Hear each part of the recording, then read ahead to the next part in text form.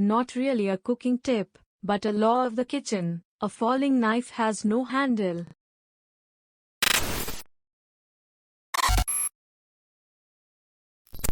Chefs of Reddit, what's one rule of cooking amateurs need to know? When you take something out of the oven, a pot, pan, skillet, sheet, tray, whatever, drape a towel or oven mitt over the handle/edge of it. That way you or anyone else understands that it's hot and not to be grabbed barehanded. From a home cook who has grabbed handles in excess of 400 degrees literally 30 seconds after taking them out of the oven, more than once. Coming from a professional cook who has done the same thing more than once, fuck yes. Someone has put a pan next to me before and taken the towel they used to transport it, and then I've grabbed that pan and chucked it across the kitchen in a knee-jerk reaction. No one likes that guy who doesn't warn you when shit is hot. Not a cooking tip, but a related pet peeve. There's a neighborhood place where they make great shakshuka. It's delivered to the table in a sizzling cast iron skillet, much like, I think, fajitas used to be, if I remember them correctly. The problem is, as often as not, the servers put it on the table with the burning hot handle sticking out right at me. I have to turn the tray around.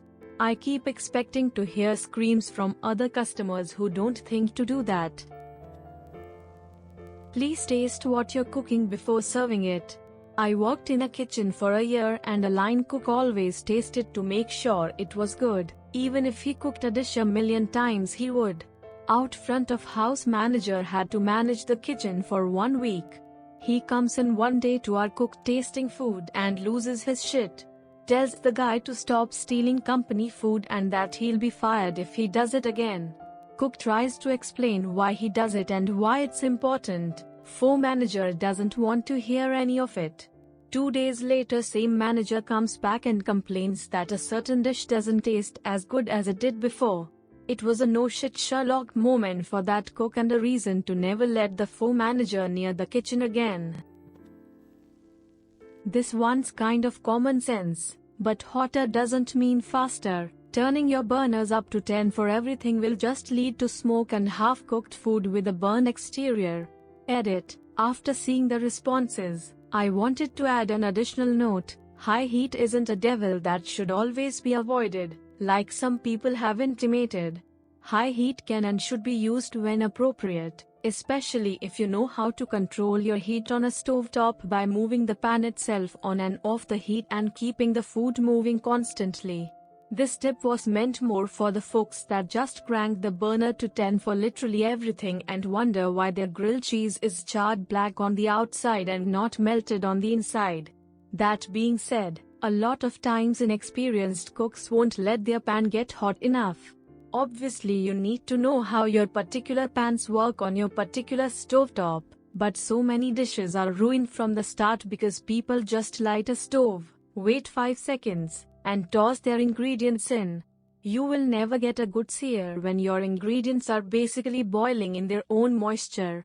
Get the pan hot, but don't just let it sit there for 10 minutes while you prep, then add your oil, let it get fast, then toss your food in. Never add dry cornstarch to hot liquid. Given you have 19 upvotes at the time I'm writing this, I have to assume this is common knowledge, but I have no idea why. Is it dangerous? Or just does it turn into glue or something? I think it's because of dumping. I worked in a restaurant that ruined chowders with cornstarch. It can clump and stirring won't unclump it. It's more don't put the starch directly into your dish. Ladle out some liquid into a small bowl, add the starch to the bowl of liquid and whisk and break it up till it is a smooth paste. Put that paste, liquidy paste, into the dish and stir it in. You can use water, but then you gotta simmer longer, so I use the actual stock or whatever I'm thickening. Salt, pepper and acid will brighten up almost any dish. If an otherwise wonderful dish is just missing something, add salt, pepper and lemon juice, then reassess. There's a book called Salt, Fat, Acid, Heat that comes highly recommended to amateur cooks. Reading even just the first chapter about salt made a lot of food I cooked immediately better, because I finally understood salt wasn't just that thing that sat on the dinner table that you applied after the meal was cooked. Salt is important for sweets. A batch of cookies without that little hint of salt doesn't taste quite right. A lot of the time when people add salt to a dish because they think it tastes flat, what it really needs is an acid like lemon juice or vinegar. Is there a certain golden rule to follow when to add the acid? Edit: when your most upvoted comment ever is a question you're embarrassed to ask. Not top, but towards the end I will taste my food, and if it seems like it's just a bit flat or one-dimensional, not having much depth of flavor and not needing more salt, add an acid, though I often add it near the start anyway. The kind you use depends on what you're cooking and kind of comes with experience and familiarity, but it's pretty easy to use your common sense. For e.g. rice wine vinegar for us in cooking, lime juice for a lot of Thai dishes, or if you're cool with prawns and chilies, lemon juice for fishes or pasta dishes, malt vinegar/tomatoes in Indian-style curries, etc. Learn how to properly store raw ingredients in a fridge. Raw chicken on bottom. Understand times and temps. It's possible to stack times and ingredients so that your food is done at the same time. Drink heavily and get a neck tattoo of a pig or tomato, or no one will take you seriously. I find it so odd after working in the industry that every personal fridge I've ever come across prevents home cooks from following this logic. Raw chicken at the bottom, by putting the crisper. I always think about this. Let's put the salad down there. The one thing that will never be cooked. Do you just sacrifice the crisper and put raw meat in there? Preheat your pan. It's a simple trick, but it will improve your cooking. A small amount of oil will go a long way. When you take steak or pork or lamb off of the heat or out of the oven, always give it time to rest, usually half the amount of time you cooked them, and I tend to loosely cover them in tin foil. I got really nice stainless steel pans for Christmas this past December. I've learned how important it is to preheat these pans. I do the water trick, toss water in the pan and it will form a bead of water that glides around the pan each time. Has made cooking a lot easier. Stainless steel is naturally a little sticky, same as enamel cast iron, whereas carbon steel, or raw cast iron, is non-stick if properly seasoned. You can cook in either cookware, but you should ideally use the proper tool for the job.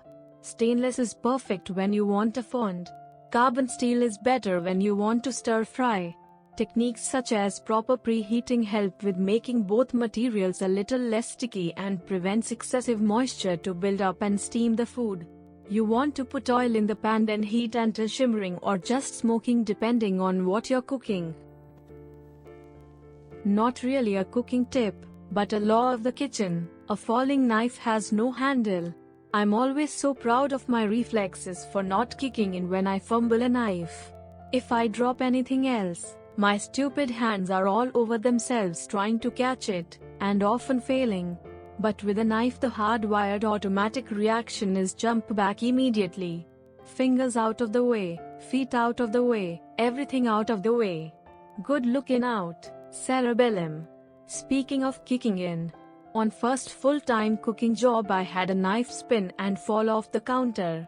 My stupid reflex was to put my foot under it like a damn hacky sack to keep it from hitting the ground. Went through the shoe, somehow between my toes, into the sole somehow without cutting me. Lessons learned. 1. Let it fall. 2. Never set a knife down close to the edge or with the handle sticking out. 3. Hacky sack is not nearly as cool as it could be. You can always add, but you cannot take away. I find people's problems usually are they're too scared to add, rather they add too much. This is especially true with salt. Those 4 grains of salt you just spread over your steak won't make a difference in the world, and an actual pinch is not detrimental to your health. Really think about what size you're cutting your vegetables in relation to cook time. It's better to have a perfectly cooked larger vegetable that you have to use fork and knife a bit to eat at the table than a bunch of overcooked, mushy bite-sized pieces. Generally speaking, the best simple preparation of cooking a vegetable is usually roasted on a sheet pan with olive oil, S&P, and for God's sakes, make your own salad dressings fresh. It takes no time. You likely have what you already need in your pantry and it tastes 10x as good as the crap in the bottle. You'll be surprised even how much better ranch dressing tastes if you get the dry seasoning packets and mix it with some fresh milk and mayo and let it set for 30 minutes in the refrigerator. Roasted vegetables are great. I used to hate them, and my problem was I wasn't roasting them long enough. They'd either be hard and undercooked, or mushy. The key for me was to cook them past the mushiness stage to get them to where a lot of moisture is out of them and they have browned a bit, or more. Patience, planning, and good organization. Patience/planning. Brine your chicken. Let the rice dry before you make fried rice. Slow cook your meats. Overall, the actual time you invest is about the same, but it requires some foresight. Don't expect to just grab a chicken breast out of freezer and be able to make a delicious meal in 20 minutes. A lot of the best dishes take some time to let the flavors do their work. Organization. It's a lot more enjoyable when you can focus on cooking instead of digging around for things you need or clearing space on your counter. Have a good set of glass Tupperware to save leftovers. Get stackable matching cookware that's easy to manage and store. Ziploc bags are great too. These things pay for themselves in giving you general sanity and making it more likely you will consume your leftovers and always have things in their place. I just want to reiterate, brine chicken. I made fried chicken the other day, and the recipe called for brining it. It was so much juicier and flavorful than normal, even though the meat itself wasn't that good quality. Keep it simple. I see so many young chefs coming into the kitchen fresh out of the classroom going hell for leather to make some strange gels, jellies, dehydrated this and that. Yes, it can taste great, but just chill out. Show me if you can make a proper jus, properly cook a joint of meat, know how to bring the best out of a simple, humble vegetable. Just keep it simple. Peas, salt, acid, fat, in the right balance can go a fucking long way. PPS, watch out for that fucking mandolin, it will take no prisoners. Thanks for watching. Can you help a friend out and bring this video to like target of 30 likes? Subscribe to indietts. I will see you in another video.